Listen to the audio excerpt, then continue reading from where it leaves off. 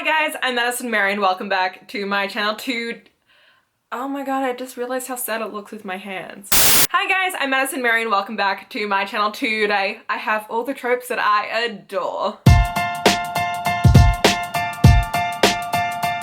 So, why? I filmed one video before this and didn't even realize how sad my hands looked, and now I'm looking in the viewfinder and now it's all I can see because I talk with my hands because I'm half Italian, so this is how I was raised, and now all I can see is my sad nails.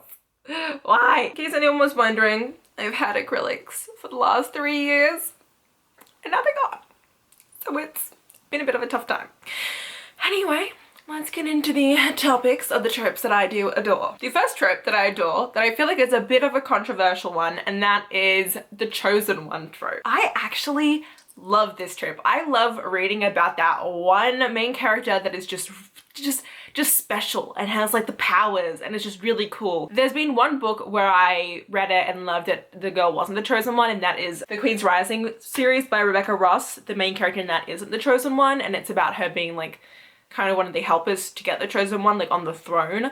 But otherwise, I love when just like the main character that you're following is this person who gets these powers and is just growing and becomes like so powerful and badass. Like it's just something that I personally just love reading about, and it's my favorite kind of escapist personality to read. I don't like when the chosen one's like too damn obvious, where they literally call them the chosen one. Like sometimes that can be a bit annoying, but I love when it's like this main character that's like ends up being OP. Like I don't mind our main character being OP, that doesn't bother me, but I love seeing them kind of struggle and like learn their powers, and it's just something that I really do adore. On that same kind of railroad track, I also love the secret heir trope. I love when like a main character ends up being like the heir to something, or is like secretly the prince, like the royalty trope, and like those kind of things. I don't know why, I'm just such a sucker for them. Like I love reading about those. I don't know, just because like it's something that I personally growing up was like, oh,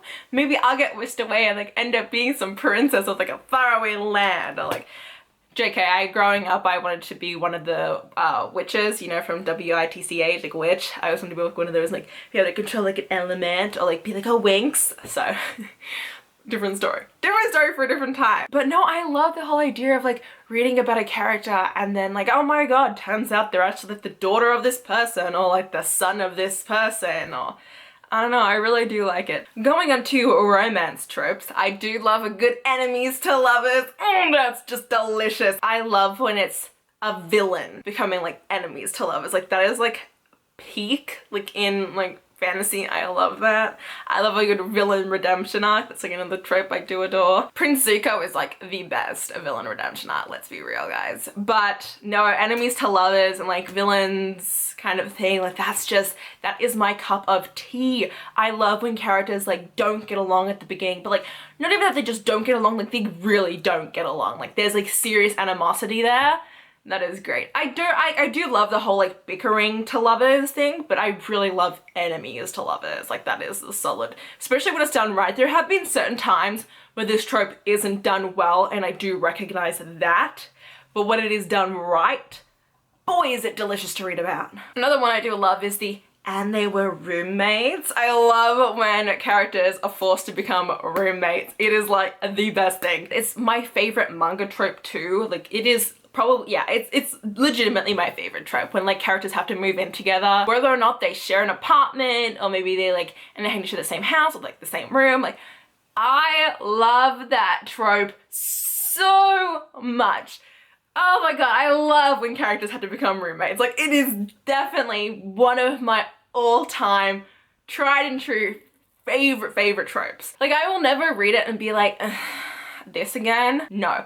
I will be like, oh, this again? It is delicious to me. It is such a favorite. I do like friends to lovers, but very specific friends to lovers. My main issue with friends to lovers is that it doesn't get done right enough, because you never really see their backstory that builds into them becoming friends to lovers. But my favorite kind of friends to lovers is actually when it's done in YA contemporaries. I don't like friends to lovers in adult contemporaries, but I do love them in YA. Especially, this is a very niche trope. I love the summer childhood friends to lovers. I love when they're summer childhood friends and then like as the years progress, they end up getting together. I recently read this and that was Meet Me at Midnight by Jessica Pennington, and it's such like a niche specific trope of mine that I adore. Like I love when you read about like these teenagers who've like grown up together, like when they're at like the lake or the beach or like the summer camp. Oh my god, summer camp romances. Just like those things. And then they're like friends and then like the last summer they get together. It's a very specific one that I do love. Now if we move on to like Regency romances, my favorites of those is A Marriage of Convenience. I really do love Marriage of Conveniences. Oh my god, I just thought of another one that I absolutely adore. Okay, I'll go back to that later. But I love Marriage of Conveniences and Regency romances. I haven't read that many, but it's definitely one that stands out to me that I do love. I also love the Rake with a Heart of Gold trope. They're both common Regency romance tropes and they're ones that I definitely do adore, and I think that's why I love the genre so much, and it's definitely a genre that I really want to get more into. So if you guys do have any recommendations for those, please leave them in the comments down below because I really want to maybe do like a video focusing on that eventually. If that does interest you, do let me know down below. Actually, would you guys like to see a video where like I specifically read books focusing on certain tropes? That could be interesting. Ooh, ideas. Okay, moving along from those two. The one I just thought of was fake fiance. Oh my god, do I love the fake fiance trope. I love that even more than the fake boyfriend trope. Like that's a great one, but like fake fiance, there's just something so much more like intense about that, and I find that the storyline is always so much more like crazy to unpack and it's always so much fun. I actually have like a couple on my TBR that I really want to read, so maybe I'll do a video for that. I'm coming with all these ideas suddenly. I was having a really shitty day, to be honest with you guys. So it's currently like 5:45 p.m. and I don't know, I woke up today, I was in an anxiety funk and it was just not going well for me, and I started filming this video and like my mood has suddenly just changed. Like this is the reason why I love doing this, is because it's something that I honestly do love and it fixes my entire day. How great is it? Oh, now I have like all these fun ideas. Okay, this video is going way off topic. But no, I do love the fake fiance trope. And going along with that trope, I also love the billionaire trope in new adult romances, especially like smut. All those smut like novels where like one of them is a billionaire and it's like the girl or the guy who then like gets with the bill. I love billionaire tropes. Like I love that. It's just always so much fun to read about. I guess because like who doesn't want to be swept away by like a billionaire and then like have this amazing life? I don't know. Another trope that I love is the there's only one bed. I feel like everyone loves the there's only one bed trope because the tension that it builds is just great, and like even if they don't share it that first couple of nights, like eventually the character does end up it's just always good.